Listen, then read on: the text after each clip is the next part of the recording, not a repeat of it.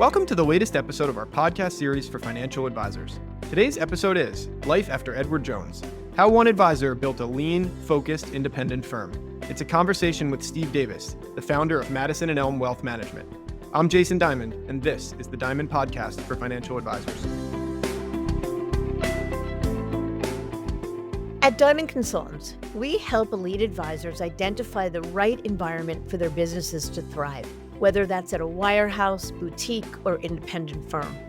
With nearly 3 decades of experience, we've guided thousands of advisors and represented more than $250 billion in assets transitioned. And each year, 1 in 4 advisors managing $1 billion or more who change firms are our clients. Our process is education-driven and based on building relationships, starting as your strategic partner well before you're even thinking of a move. To schedule a confidential conversation, call us at 908-879-1002. Wondering why advisors change firms and where they're headed? Are transition deals going up or down?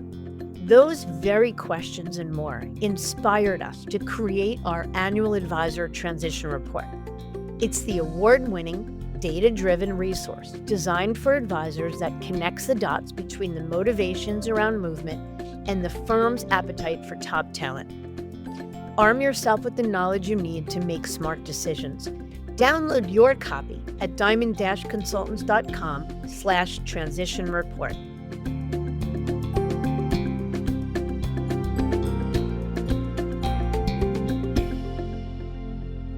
When we talk about advisors outgrowing the firm, it can sound theoretical. But for today's guest, it was anything but. After more than a decade at Edward Jones, Steve Davis found himself limited, unable to market his CFP credential, restricted on hiring, and frustrated by compliance that treated every advisor the same, regardless of experience. The breaking point came when he lost a major client relationship, not because of service, but because he simply couldn't access the solutions that his client needed inside the firm's model. That was the moment he realized he hadn't just outgrown Edward Jones. He needed a platform that matched where he wanted to take his practice. Today, as the founder of Madison and Elm Wealth Management, an independent practice affiliated with LPL, he runs what he calls a hyper-efficient, hyper-focused solo practice. With 60 clients, $60 million in assets, and a net payout that well exceeds that of Jones, he's proven that independence isn't only about size. It's about control, choice, and building a business aligned with your life. In this episode, he shares why he passed on a lucrative W-2 recruiting deal, the tangible things he can now do as an independent that weren't possible at Jones, and how freedom and efficiency have reshaped both his practice and his perspective. It's a candid look at life after Edward Jones and how one advisor built a business that works smarter, not harder. So let's get to it.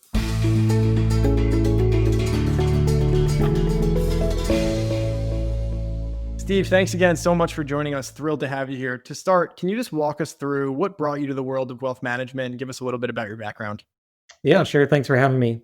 Yeah, I was a finance major in college and then definitely knew I wanted to get in the investment space and wealth management space, but didn't feel ready to be an advisor right out of college.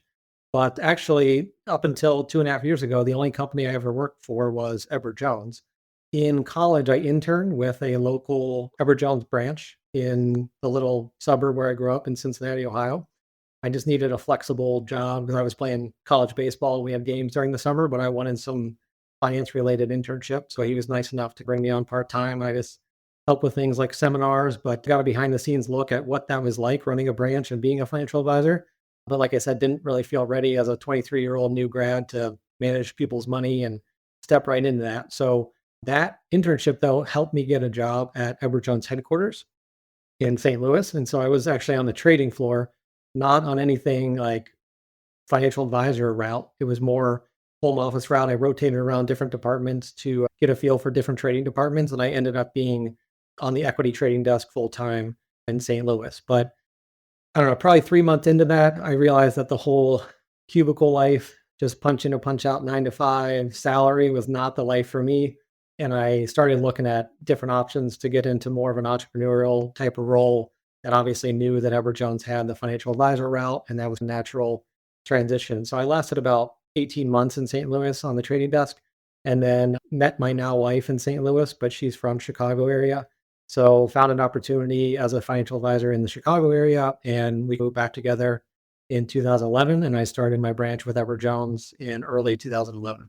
There's a lot I want to get into there. I didn't give any advance notice of this. Most important question: what was your baseball position?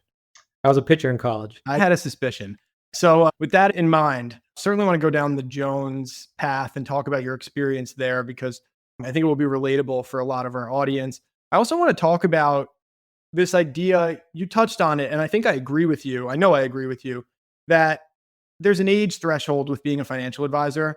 Do you feel somebody coming out of college, for example, is too young to be an advisor? Because I think one of the problems we struggle with in our industry is obviously next gen talent cultivation. So just because you brought it up, do you still hold that view that you think it was good to get some seasoning before jumping into being an advisor?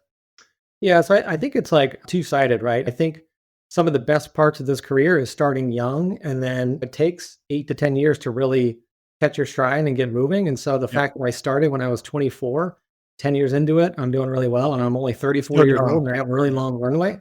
But that said, at Edward Jones, you didn't really have an option to like join a team or be a Right. junior advisor. It was just you're the lead guy right away. And I look back at it and I knew nothing when I first started. I was just like relying on the model portfolios and like some vets to help me out. But like obviously, as you get more experience, you're a much better advisor. I think probably the ideal world is to start as like a junior advisor for an existing team and get experience and get the confidence of working with real clients and just learn what you don't know because you're just so new. And then eventually, when you feel confident enough and have the experience to manage wealth on your own. But I kind of learned on the fly as I went, and you learn as you go. Like I said, that was my only option. But I think if I had to do it again in an ideal world, and if my kids were going through that, they're still young, but down the road, I think having them start as like a junior person, if they want to do that, get experience, and then be a lead advisor.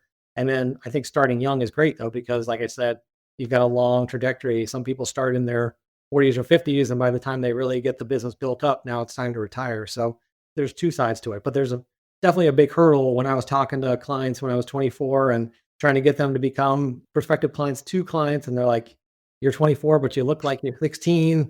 And I got a lot of comments of like, oh, my son's 24 and he still lives at home. And like, why should I give money to you? So it was definitely a hurdle versus someone with a little bit of gray hair and just looks the part is a little bit easier, I think.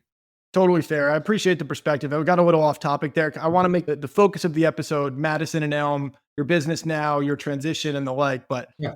you brought it up and it got me thinking because I think the latter part of your answer there is what we hear from a lot of folks in the industry. Like it's hard to go out prospecting to multimillionaires or even 100,000aires saying I'm 23 years old and a year out of college. So appreciate the perspective there. Yeah. Let's pivot now to your current independent firm, Madison and Elm. What sort of services do you provide? Tell me a little bit about the firm. And if you don't mind, can you give us some context around size also? Yeah. So the name of my company is Madison and Elm Wealth Management, and we're affiliated with LPL Financial now. I don't have a hyper specific niche, but I like to say that I serve the millionaire next door. My clients aren't super flashy, but usually it's both of them are W-2, higher than normal earners, good savers. They usually have 2 or 3 kids. So they're looking to kind of balance saving for retirement, trying to retire a little bit earlier than 65 and planning for college and minimize taxes along the way. So it's really helping them plan for retirement, take the guesswork out of that. And also, as they get older, they generally want to do some gifting and leave a legacy to their kids as well. Appreciate that. And give me a ballpark sense of how many clients you serve and approximately how much in assets you manage. Yeah, so I intentionally run a very, what I call like a hyper efficient, highly profitable solo practice. So right now it's pretty lean. It's 60 million of assets with 60 clients households. So It's great. right around that $1 million average. We got clients well above that. Then I've got some maybe clients' children. They're younger professionals that are below that right now, but that's out to be that $1 million average. No, and you know what's great about that is I think it speaks to the independent space. A, you can manage money for whom you want and whoever you don't have to. You can be hyper efficient and hyper focused. And because you get to keep more of what you earn, you can run like a lot of advisors, I think, talk about. We recently read a book in our company book called Essentialism, and they talk about this Yep. concept of like almost like a shrink to grow mentality, right? Of like you can be doing things you want to be doing with your life on the personal side, right? Have more time back in your day, work with the clients that you want to be working with, and still hopefully either come close to matching or in some cases exceeding the economics also. So Yeah, that was intentional, and that was something that I was trying to build. I was building an Edward Jones as well, but that didn't really jive too much with the typical Edward Jones office. So I got a little bit of pushback about that. But you talk to vets, you look at different practices, you read different books like you're talking about. I've read Essentialism, I read The Supernova Advisor, and even hiring them for a year or two to be my business coach and really focused on that. And it's the beautiful thing about our industry is that you can make a nice living and do a really good job for a pretty low number of people. And for me, like, especially when I talked about moving from cubicle life to being a business owner, entrepreneur, I really wanted to have a business that served my life. I felt like if I created just a high paying job where I was working 70 hours, then you've created your own prison, essentially. It's like the whole point of going through all that hard work and doing the door knocking and prospecting was that so eventually I could have a really nice schedule, be around for my kids' games, go on dates with my wife, and have that balance. And so I was always super intentional about that's the kind of practice that I want to build is low number of clients, deep financial planning, higher average net worth, and really a nice schedule for myself as well. I love that you highlight that because I do think some advisors have this like almost misconception about the independent space that it's I'm going to be grinding out 90-hour weeks because I'm the CEO, the CFO, the controller, and the compliance officer. Yeah. And there are so many different versions of independence. We'll get there. I promise. I promise that's going to be the focus of the episode. But you have to indulge me and let me ask a couple of Edward Jones questions first Yeah. because we hear from a lot of Edward Jones advisors. And in my experience, they fall into two categories. Almost to a man, almost every or woman, almost every Jones advisor is incredibly proud and grateful to the firm. Grew my business there, built an incredible book, taught me everything I know. Sounds like that jives with your experience. And then some people still feel that way, while others, I think, feel maybe I'd say limited or like they've outgrown the model. And I don't want to put any words in your mouth, but just to maybe tell me a little bit about how did you reconcile leaving Jones, a firm that I imagine you had quite a strong loyalty and pull to given some of the routes you've described. Yeah, yeah. I had a good experience there. And like you said, I felt like a good place to start my career. There's a lot of good people there that I met that helped me a lot and people that I'm still friends with. And yeah, I think that it was a great place to come up in the business. Like I said, I worked in a branch, then I worked as an intern, I worked at home office. So I had a unique perspective of both sides of the business. But over time, frustration started to mount a little bit. And I would say that in the later years of my career, as my production grew and as I started thinking about the next 5 to 10 years of my business and where I wanted to take things, it just became pretty clear that was not the direction that Edward Jones wanted to go. And so I didn't feel like animosity about it. I was just like, look, it's just becoming clear that Right. what I want to build and where I want to go is not what Edward Jones wants to do. And obviously, Edward Jones is a very successful business and they're thriving for a reason, but it's a very specific type of advisor and practice that they want to have. And they want all 20,000 offices to operate within the same box. And that was just something like in the beginning of my career, it's nice to have parameters in a box. And like, I didn't know too much. So I'm like, hey, give me these guardrails and I'll stay within them. But over time, it's like, I want to do things over here, or I've got creative ideas to do this with my clients. And maybe I don't want to be the same as all 20,000 advisors. I want to market myself differently or offer different solutions or move up market. And those kind of things were not welcome if it's not within the franchise model that Edward Jones wants for all their branches. Yeah. It's, I think, a pretty common kind of narrative to hear from Jones advisors. Something, and not just Jones advisors, by the way. This is advisors at any single firm in the industry, especially I'd say the bigger W-2 firms where it's impossible not to. If you started your business at zero at a firm and now you're managing close to, let's say you're producing close to $1 million in revenue, your needs are so different as $1 million, $2 million team than they were as a $0 team. It's impossible that, and that's not to say that every advisor needs to make a change, but it is to say that I think it's natural that sometimes advisors deviate from the vision of the firm. You talked about and like a conflict, I can't remember the exact term you used, but basically like it was a mounting of frustrations, but no one significant thing. Was there any kind of catalyst event, straw that broke the camel's back, or more just like felt like over time this was clear to you? Yeah, I think there was eventually like a watershed moment where it was clear that it was time to move. But over time, I think it was just a mounting of things. And yeah, I really didn't want to leave. I wanted to stay. And my goal was that they would hear some of the advisor frustrations because I wasn't the only one saying certain things that I'm like, well, maybe if enough of us say this, they're going to change some of their policies or allow certain things and it'll be easier to stay. Because I knew that it's a hassle on me to leave. It's a disruption to my clients, and it's Yeah. easier to just stay where I am.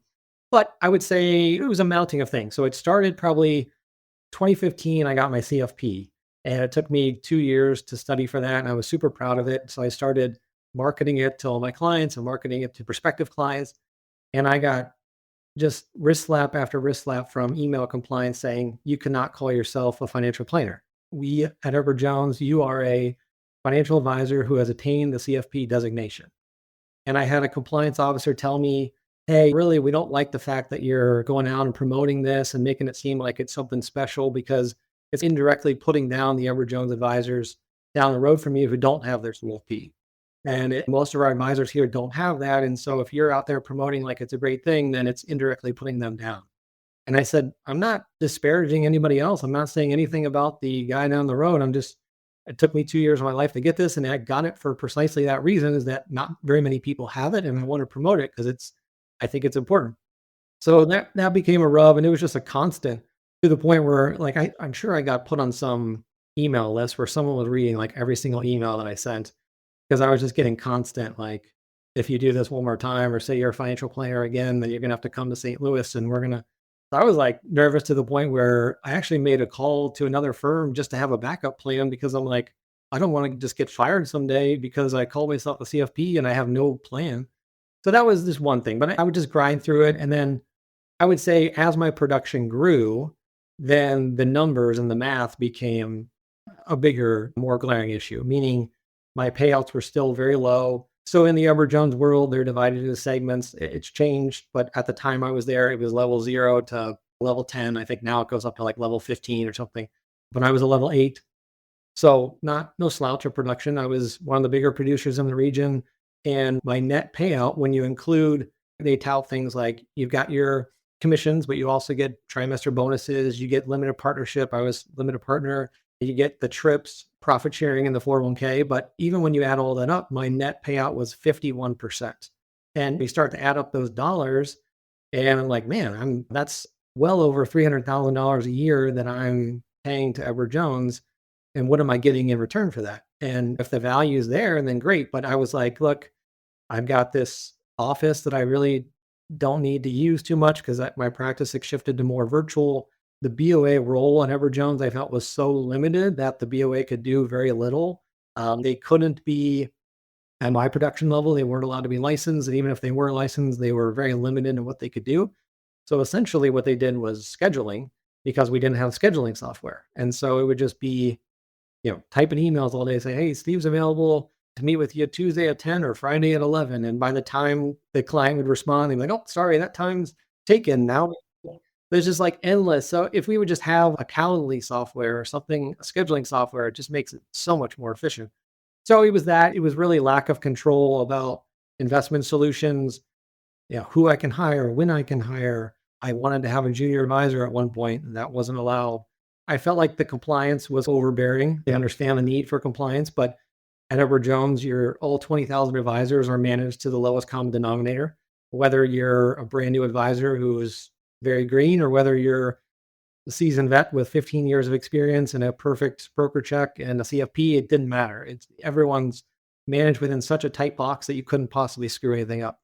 And it's really, what I've learned is that it makes sense to enforce FINRA and SEC rules. That's what compliance needs to do. But it became clear that Edward Jones put additional layers and wrappers on top of that to really protect GP interest. And whether it was making the advisors' lives worse or making it harder for clients to do business with us, that didn't seem to be a factor. So those were some of the main things. Is really just the lack of control and the lack of nimbleness. Like if I got an idea and wanted to implement it, it would take literally years to get stuff done. And like I was part of one of the pilot projects to get advisors in multi-FA offices. I put together a list of other advisors who were willing to do it. I had a space next to my suite in an office building where I was, and my landlord said, yeah, it's open. Let's just blow up this wall and expand your practice. So I'm like, okay, I'm thinking 3-4 months, construction will be in the office. And it took literally 2 years to get home office on board and it's just so much red tape and politics involved and that kind of stuff. When it would just mount, I just didn't see the need for it. So and those are definitely some of the main factors. And then, I don't know, you asked about, was there one big moment? And I really think that came when a business owner client of mine sold the business. So I had a really long-term client that was one of my earliest clients back in 2011 that was just a couple of friends that started a business and they had made their first hire. And so they wanted to start a simple IRA just to have a retirement plan to be able to match their new employee. And it started real small. And he was like, hey, look, I know this is real small and it's below most advisors' minimums, but would you just kind of help me out with this and maybe it'll grow into something someday? And I'm like, sure. At the time, I'm a brand new advisor and I just needed some assets Sure. and talents. I'm like, yeah, let's do it. And over time, they started adding more and they started hiring more. It became a bigger plan. And then I was able to get 2 out of the 3 business owners as personal clients. And that's really where the main revenue was. And I knew down the road they had talked about selling, but they were young guys and seemed like one of them wanted to sell sooner than the others, but they're like, hey, down the road, but this is not anything that we're going to do short term. But then all of a sudden, one day I got an email from one of the owners saying, hey, we've got a letter of intent on the table and we're talking about like north of 30 million that the practice would be sold for.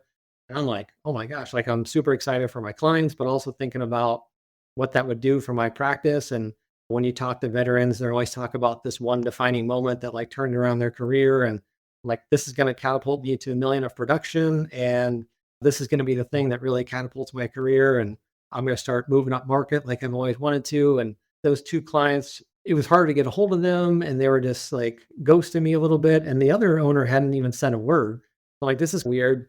Finally, I got back a hold of them and they were like, oh yeah, we are going to give you a shot at it. But just so you know, we've been interviewing RIA firms that we got introduced to by our third partner, someone he uses, and they really specialize in working with business owners who have had exits north of 10 million, and they really specialize in what we're looking for. But we'll give you a shot at it. Just let you know that there's other players in there. He even gave me the name of the firm so I could do a little bit of research on them. But essentially, their pricing was way more aggressive than what Edward Jones could offer. They had things like advisor discretion, which I couldn't match. They had alternatives, private real estate, private equity, and I had my kind of plain vanilla blue chip stocks and mutual funds and higher Right. pricing. The capabilities also from a capabilities perspective, a pricing perspective. Yeah. But I was still like, I've got this personal relationship and I know these guys. And so anyways, then at the end, they decided to take all the money and move it to this RIA. And Wow. not only did I not get it would have been probably north of 20, 25 million that would have come to my practice. They also took all the existing money that they had with me at Edward Jones and moved it to this RIA. And I was just like gutted. I just felt like I went from the highest of highs to like so low and just so upset. And I felt like for the first time, the reason I lost the business was because I was at Edward Jones. And I felt like if I were an RIA or if I was independent, if I had those tools that I have today, which are discretion and private equity, private real estate, alternative investments, crypto, whatever, like that's what they wanted. And I wasn't even able to come to the table and say, like, we can offer that. It was just, I couldn't even compete. And even that, like, I didn't sound like I picked up the phone right away and called you. I called home office and was talking to anybody at home office who would listen to me. And that's where it became pretty clear that at the time, this is 2022 we're talking about, and maybe things have shifted a bit, but I finally found one guy who was my advocate and he was like, look, I'm trying to have these conversations every day, but we're just not focused on that client. We're focused on the $1 to $2 million account, not the $8 to $10 million account. And I'm like, well, that's where I want to be focused. So I guess this is just not. And so at the same time, I had hired a new business coach and she could see my frustrations and was like, look, I coach a lot of people and some people are meant to be W-2 employee advisors. And I just get the sense that's not you.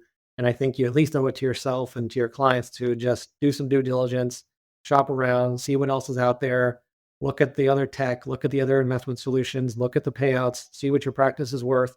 And if nothing else, you have the confidence to know that Edward Jones is good and you just come back. Or if you see something better, then you owe it to yourself and your clients to do that. And that's when I called you and we had our conversations about what I'm looking for. And you were great about help introduce me to a number of firms. And so we started that due diligence process in probably mid 2022.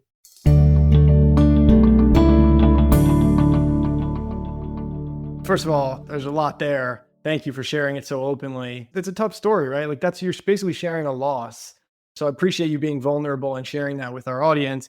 And that is the quintessential example to me of just nobody did anything wrong. You've just outgrown the firm. Like that's what we mean when we talk about outgrowing a firm. It's a tangible, real life example. He preempted my next question, which was so, and I know the answer from, I had the benefit of working with you directly, but I was going to ask you, why didn't you consider any other W 2 options? You could have sold your book of business to a competitor firm. You would have been paid a recruiting deal. I think you know that probably north of 250, 300%. And you never even really considered it. So why? You just felt like it would be the same everywhere? Yeah, so at that time, it was all about, I think my two biggest factors were control and net payouts. And I was just so done with the bureaucracy, and I just wanted the control. I wanted to leap into independence. I wanted to be an entrepreneur. And I felt like if I moved to another wirehouse, it was going to be more of the same. And luckily, my wife and I have always been good savers. I wasn't desperate for the payout. It was more about I need to be a real business owner and nimble and have the control and increase my margins and run the practice the way that I want. And I don't want someone else telling me what investments I can offer and what my payouts are going to be or changing the payouts next month. So yeah, that's why. And so I knew enough to know that I don't know what I don't know. And I'd done a little bit of research by listening to your podcast, reading Kitz's articles, that kind of stuff. But I was definitely not educated on all the different landscape of independent versus RIA versus can you tuck into an RIA aggregator type firm. And so you were great about educating me on just what the overall landscape looks like and what are your main pain points, what are you looking for, and how can we introduce you to some companies that might be a good fit. And even in that space, everyone is a little bit different in terms of what they do and don't allow and what products they have, what kind of transition deals they have. So that was good for me to go through that exercise and see what else was out there. I think you said a couple things that I'm thinking back now. It's been hard to believe it's been 3 years already, by the way. But, and first of all, I didn't pay you to say those very nice, kind words about working with. So thank you for that too. But first of all, it is fascinating to me how many advisors feel exactly like you feel. And it's the right instinct to say, a lot of my frustrations about Edward Jones are not Jones specific. It's I work for a W 2 firm. Like you said, the lowest common denominator concern. That's true of pretty much every FINRA member firm. Like that's the reality of life at the big firms is they handle compliance restrictively. They don't color outside the lines an awful lot. So we hear from a lot of advisors who say, I understand W 2 land and it's just not for me anymore. Like I need greater autonomy. You're right. It usually manifests itself in the form of marketing and compliance. Those are like the two areas where typically people talk about autonomy. And then it's like, okay, so you want independence, but that means so many different things in 2025. That can mean you listed, I think, pretty much the right ones. Starting your own RIA, tucking into an existing RIA, a platform, selling a portion of the business, an independent broker dealer. So you've landed an independent business that affiliates with LPL. Why LPL? They're obviously the biggest in this independent broker dealer space. They're the 800-pound gorilla. What was it about LPL that won you over? I guess the other point of why independence versus wirehouse was I just wanted to do this once and be done. I did not want to. You didn't have the interim step, right? Yeah, I didn't want to do an interim step to take a deal knowing that I was going to leap again 7 years from now. Like I just didn't feel good about that. And I knew it was going to be a lift and stressful. And I just want to do that once. And I think you guys have had a good line at Diamond Consulting that I refer to sometimes like move once, monetize twice, meaning transition deal plus enterprise value down the road, which I kind of like too. But yeah, back to LPL, why LPL? So I interviewed with, I think it was Raymond James, Commonwealth, which is now acquired by LPL. And then I was not scared of starting my own RIA and deep dive into the full entrepreneurship route. But I think at the time, especially the bigger custodians really wanted north of 100 million of assets. And I just was under that at the time. So we looked at a couple that maybe I could tuck into their existing thing.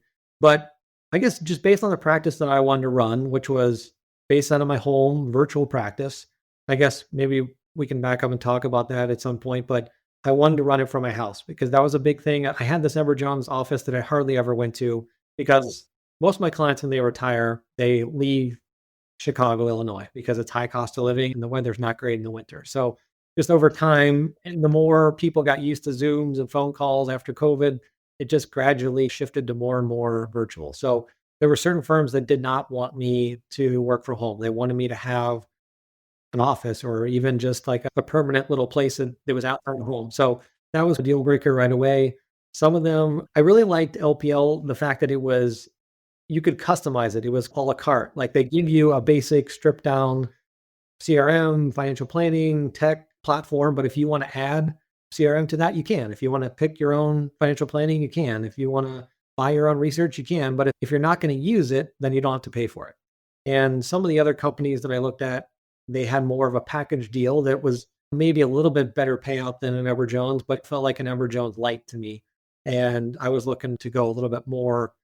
So LPL just checked all the boxes. I was prepared going into it to give up on a couple factors. Like I thought maybe if I have a higher net ongoing payout, that means that I'll take a little bit less upfront. But LPL was actually came in the way that I wanted to run the business with the highest upfront recruiting deal and the highest net ongoing payout.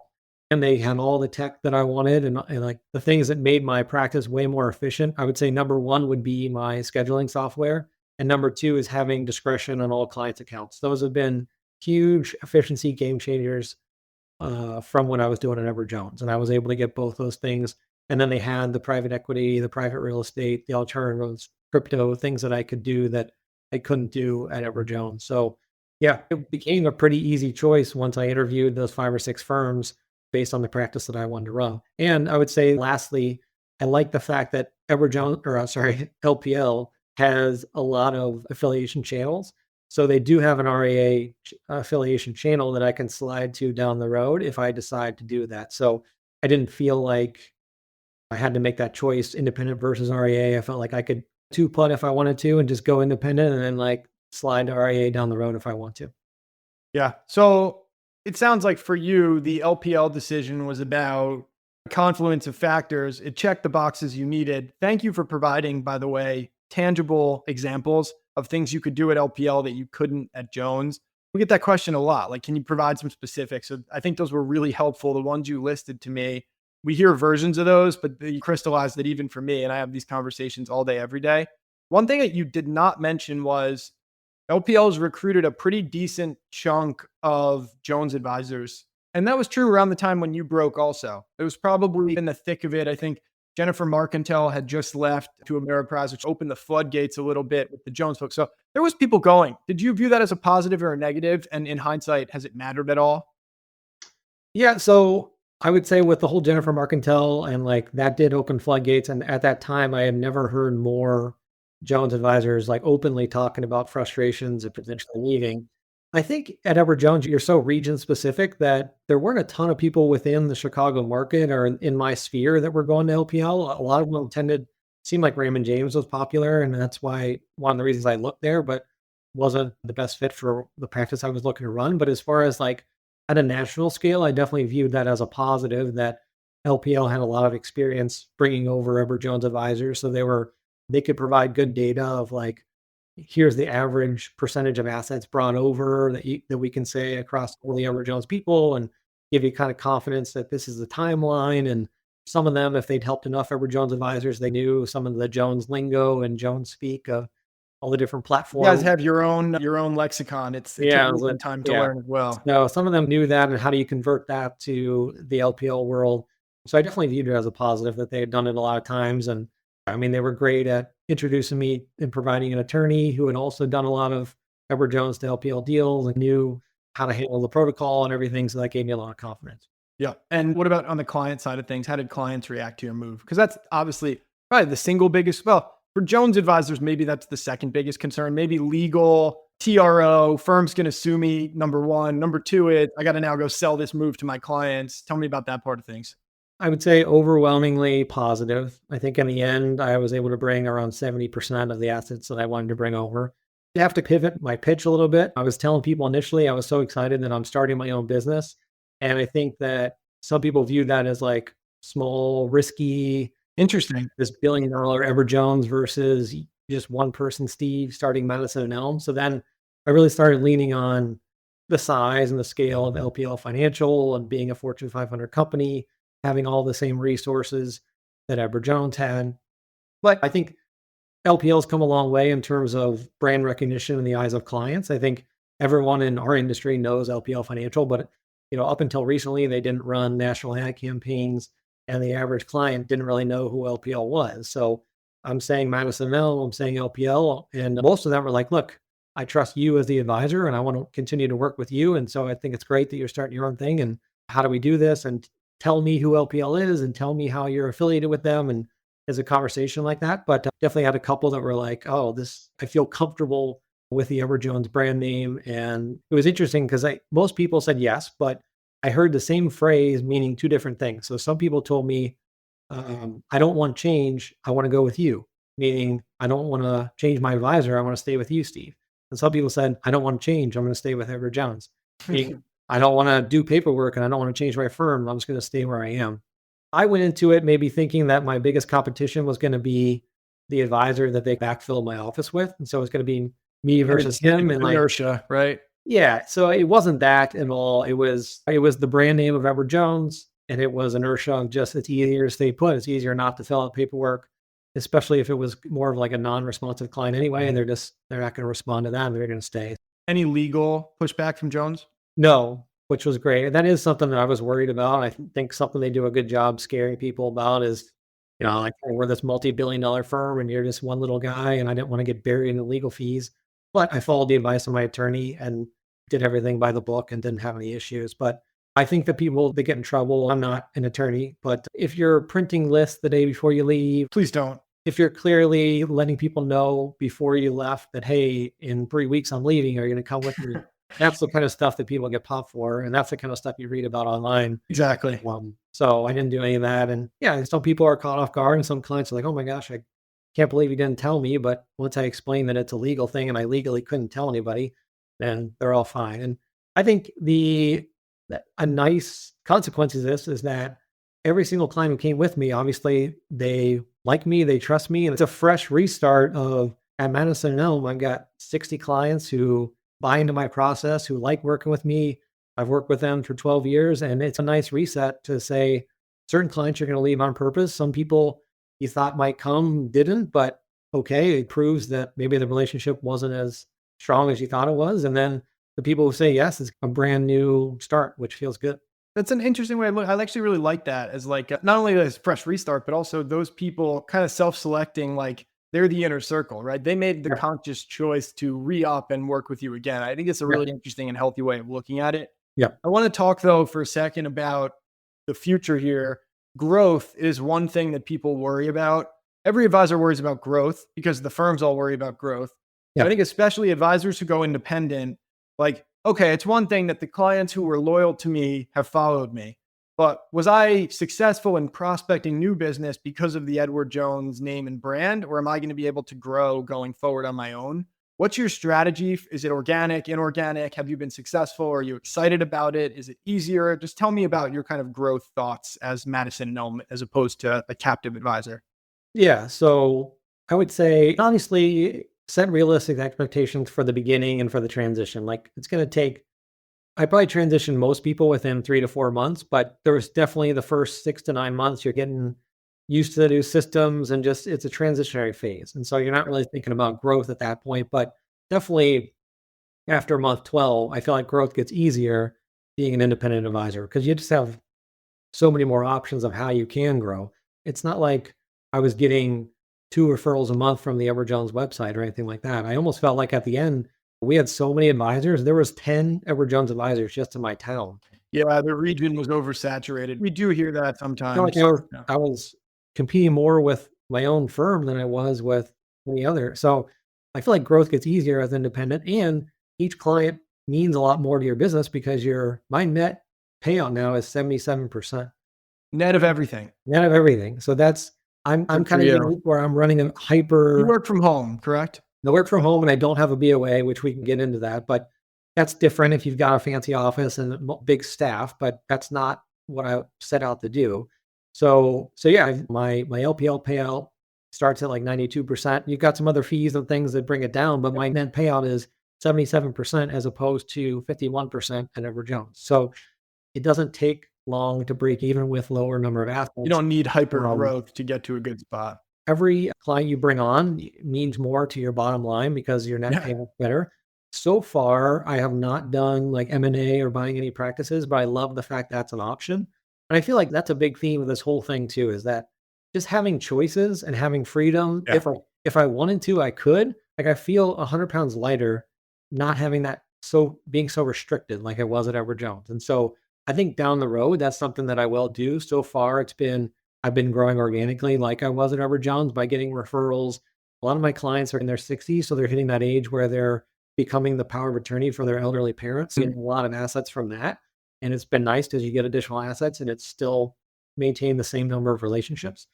But if you wanted to, you can start a YouTube channel, you can create a podcast, you can write your own white papers, things that would never be allowed. Yeah. And I think I love what I'm doing now with just a manageable book and doing a great job for those 60 people and growing organically. But I think that down the road, I would maybe buy a small practice and bring on maybe a younger, newer, like fresh college grad as a junior advisor kind of thing. But yeah, I think that that gives me a lot of freedom, and it's great that I've got those options that if down the road I want to, I can.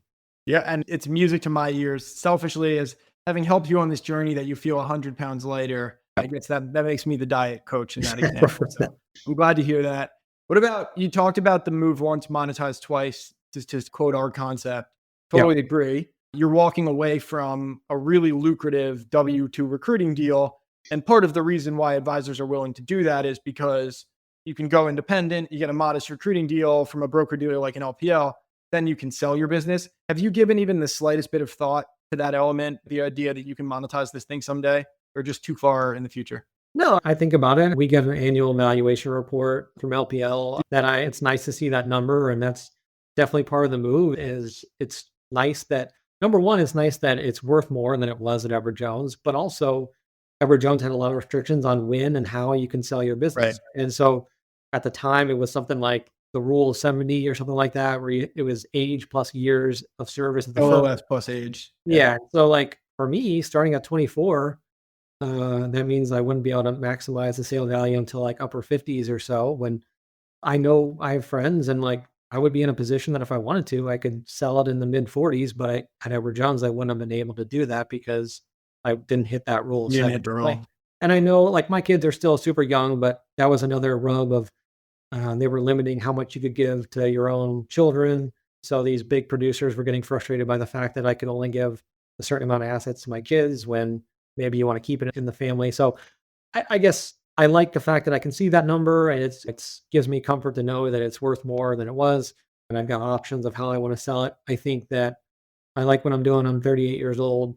I plan to keep doing this for a while. And again, my oldest child is only 8 years old, but the idea that someday one of them might want to join is cool. I think I would kick myself if I sold the business before that and then they decided they wanted to get into the industry. So I think that, the only rub that I have right now is if I do travel or something, then I'm the only advisor. I'm the sole broker. So it's not a big deal if I'm in Florida or Arizona, like I just carve an hour out of the day and respond to things. But we're not doing any kind of European travel at the moment with the young kids. But down the road, I think about that. Like that's my only pain point is like if I'm 45 and I want to take 2 weeks off and go to Italy, that would be very stressful right now. And Well, so what do you do actually? It's a good question for backup. Advisors worry about this.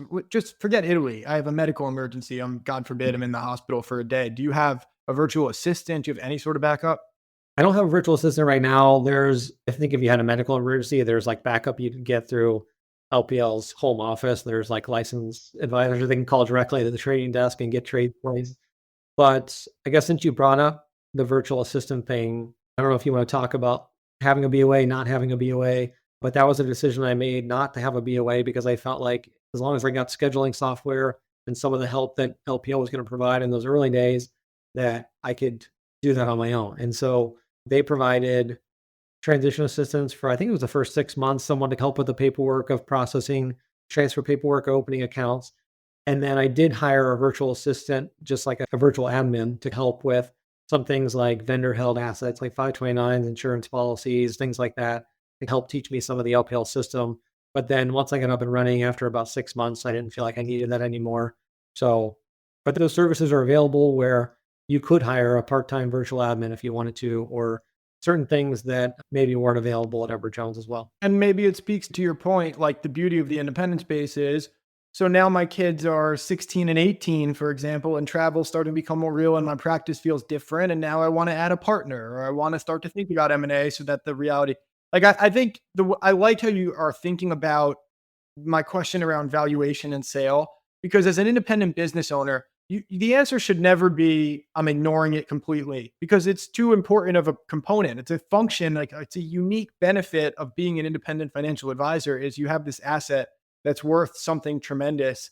Even if you have no intention of hitting that bid for the next 30 years, you're keeping an eye on that. And that's what I hear you saying also is like, you're a steward of this business, even though you're not going out to investment bankers and shopping this anytime soon. Fair? No. And I think that a big part of why I'm not so eager is that the transition deal that I got helped a lot. That was helping me monetize a little bit the 12 years of hard work that I put in. And yeah, it wasn't what you could have gotten by going to a wirehouse, but it was still significant. And Yeah, I not think nothing. that it really helped catapult my personal net worth, which was great for me and my wife and gives us a sense of comfort that we didn't have before. And yeah, I think that a lot of Edward Jones advisors don't realize what their practices are worth on the open market. And so, yeah, I was happy with what I was able to get, and I was able to achieve control, better investment solutions for my clients. I feel like I'm able to be a better planner, just less compliance headaches, and just running the practice the way I want to run it. So it's worked out well. I love it.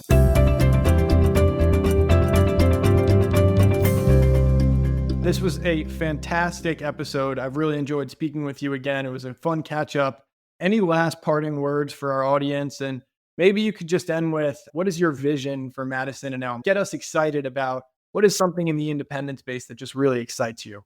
Like I said, the next stage for Madison Elm is probably acquiring a small practice and kind of starting baby steps with that and there's programs like University of Illinois has a financial planning degree where the kids graduate with a CFP designation. So I think that starting with something like that and just expanding slowly and then just giving me where I've got that backup coverage and that maybe I'm focusing on those top tier clients and able to grow a little bit faster. And I think that's the big thing is when you're new in the business, you've got more time than capital. And so it's like I door knocked and I did things like that because I didn't have any money to buy a practice and that wasn't an option. But now I've got more capital and Converted. time. Yeah. And it's so much more efficient to buy a practice and grow that way than it is to slowly get referrals and Yep. slowly bring in assets. And so you can really see the growth, hyper growth if you want to. But I love having the choice of how do you want to grow and what do you want your life to look like and controlling your margins and controlling everything about the business. And so,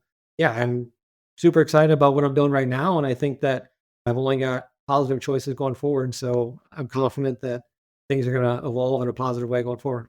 I'm confident for you. This has been great. Thanks again for your time, Steve. Appreciate you sharing your time and wisdom with our audience. All right. Thanks for having me.